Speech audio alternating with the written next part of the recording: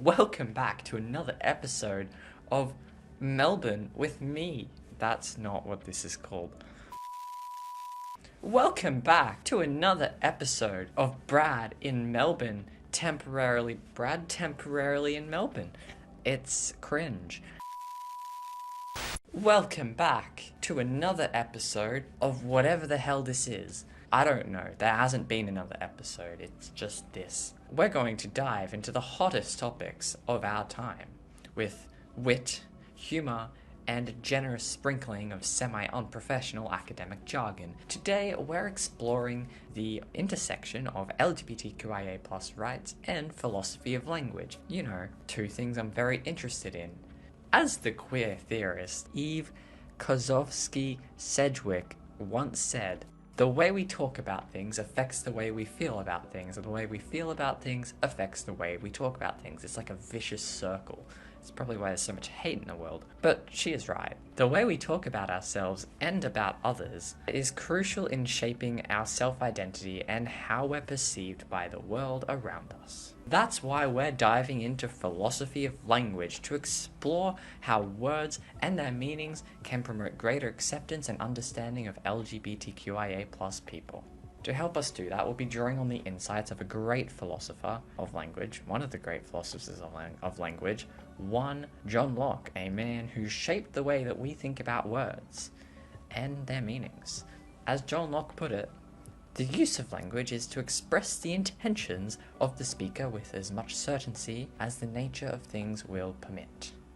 But don't worry, we won't be getting bogged down in any dusty old text. Instead, we'll be applying Locke's ideas in a fresh and exciting way that will help us understand the power of language in the fight for LGBT rights. So let's get ready for this wacky and wild ride in the philosophy of language and the world of words. Let's get started.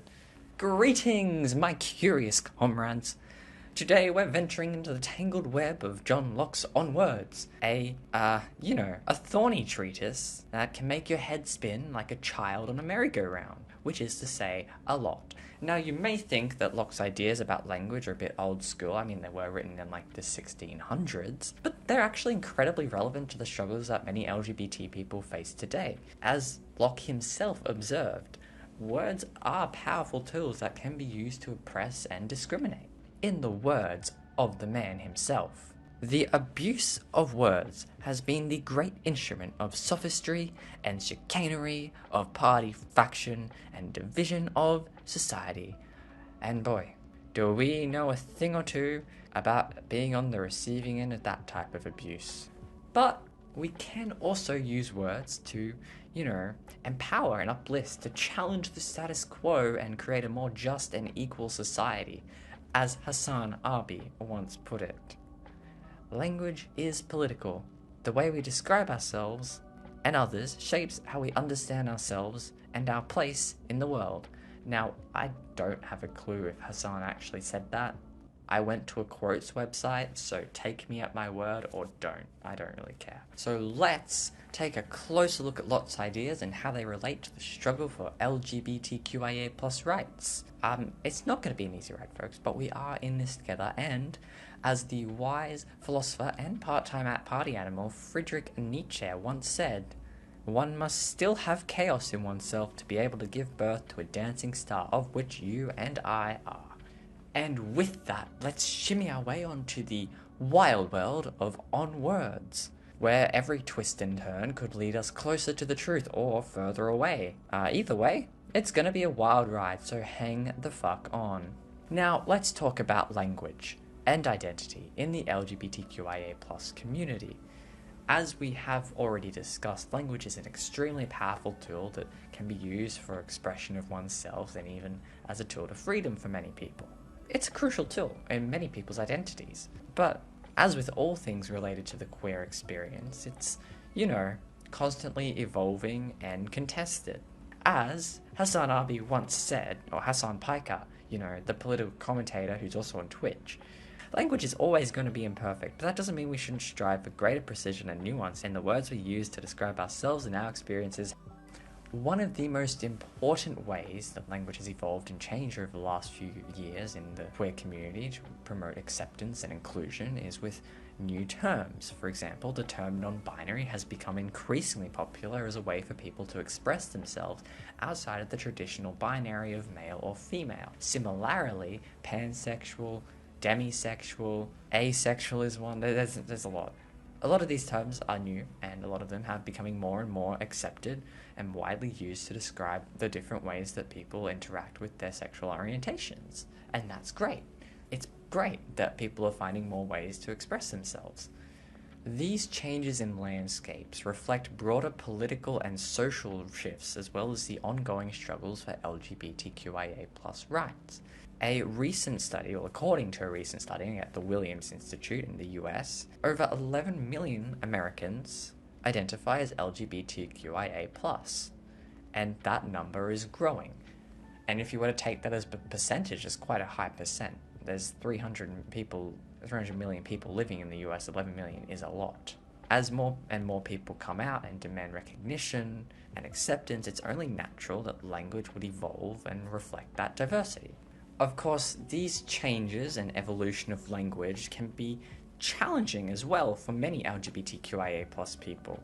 Finding the right words to express one's identity can be extremely difficult, especially in a society that stigmatizes and marginalizes, non-normative identities.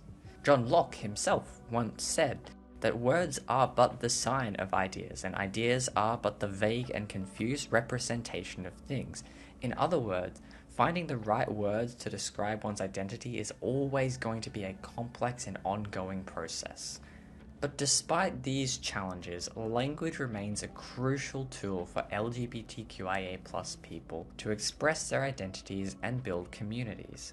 As we continue to fight for greater inclusivity and acceptance, it's important to remember that language is always evolving, and that our words have the power to shape the world around us. But don't just take my word for it. As John Locke famously said, words are the instruments by which men communicate their thoughts to one another. Of course, he didn't know that Twitter existed back then, but I'm sure he would have had some strong opinions on that about our modern day discourse. In all seriousness though, language has become an important tool in the queer community's struggle for acceptance and recognition. Let's continue the meme. As Hassan once said, words matter. They have the power to hurt, to heal, to inspire, to oppress, and to liberate. And as the community continues to evolve and grow, so does its language, with new terms and concepts emerging all the time. As to whether Hassan actually said that quote, don't have a clue.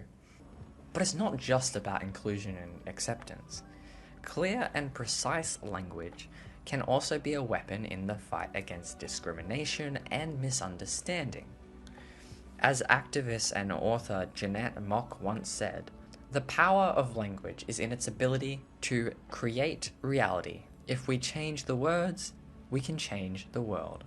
So let's take a page out of John Locke's book and recognize the importance of clear and precise language in the fight for LGBTQIA+ rights. It's not just about finding the right words, it's about creating a new reality where all identities are recognized and respected. I changed my attire. I'm more newsworthy now, right? Now let's talk about the role of convention and agreement in creating meaning. According to John Locke, language only has meaning because people agree on what words mean. But when it comes to the LGBTQIA+ community, reaching agreement on language can be a bit like herding cats, or herding members of the Daily Wire into not being idiots. That is to say, it's a chaotic process, full of competing voices and conflicting perspectives, but somehow we manage to create new terms and concepts through collective agreement. It's like trying to come up with a group costume for Halloween. Everyone has their own ideas and opinions, but it can be hard to land on something that someone agrees on. But when you do finally land on that one thing that everyone agrees on, it's great. And I wouldn't know that feeling because I never dressed up for Halloween. I've never even gone trick-or-treating. In the same way, creating LGBTQIA+ language that is new is a collaborative effort that requires careful negotiation and compromise that can emerge over decades, even centuries. That process can be messy and contentious. In fact, it is. But ultimately, it's essential for building a society that's more inclusive and accepting. And let's not forget that language is constantly evolving in this area. What was once considered a slur can now be empowering self-identification. For example, the term queer was once, a derogatory term for, queer people. But has since been reclaimed as a positive and inclusive umbrella term for the entire community, which is great. The process of collective agreement can both be empowering and fraught with tension and conflict, but it's an essential part of creating a more inclusive and accepting society. As the great philosopher that we've been talking about all video, John Locke, once said, "The use of words is to serve the purpose of communication, and not to beget disputes." And it's interesting that he says that, because basically the only thing that conservatives like to push these days is this whole "what is a woman" thing. Because Matt Walsh did that one documentary that was kind of shit. I was like, what is a woman? But John Locke literally said not to beget disputes, it's to serve the purpose of communication. So let's work together to find language that accurately reflects our experiences and our identities, and promotes greater acceptance and understanding of LGBTQIA+ people. In conclusion, this is the conclusion, it is the end. The LGBTQIA+ community has always had a complex relationship that is nuanced with language, grappling with the limitations and possibilities of words to express their identities, experiences, desire, and everything in between. And by looking at John Locke's ideas about language and meaning, we can better understand the ways in which language changes over time and how the process of creating new terms and concepts is both empowering and challenging. As we continue to fight for greater inclusivity and acceptance for LGBTQIA+ people, it's crucial that we pay close attention to the words we use and how we use them, and also the impact that they have on people's lives. By using clear and precise language that reflects the diverse experience of LGBT people, we can combat discrimination and promote greater understanding and acceptance. So let's keep listening to each other, keep learning from each other, and keep striving to create a society and a world which is more inclusive, more accepting, and more just, free, and fair for all. And who knows, maybe one day we'll even have a word that can capture the full complexity of gender and sexuality. It's unlikely, but until then, we'll just have to keep trying and having a little bit of fun along the way.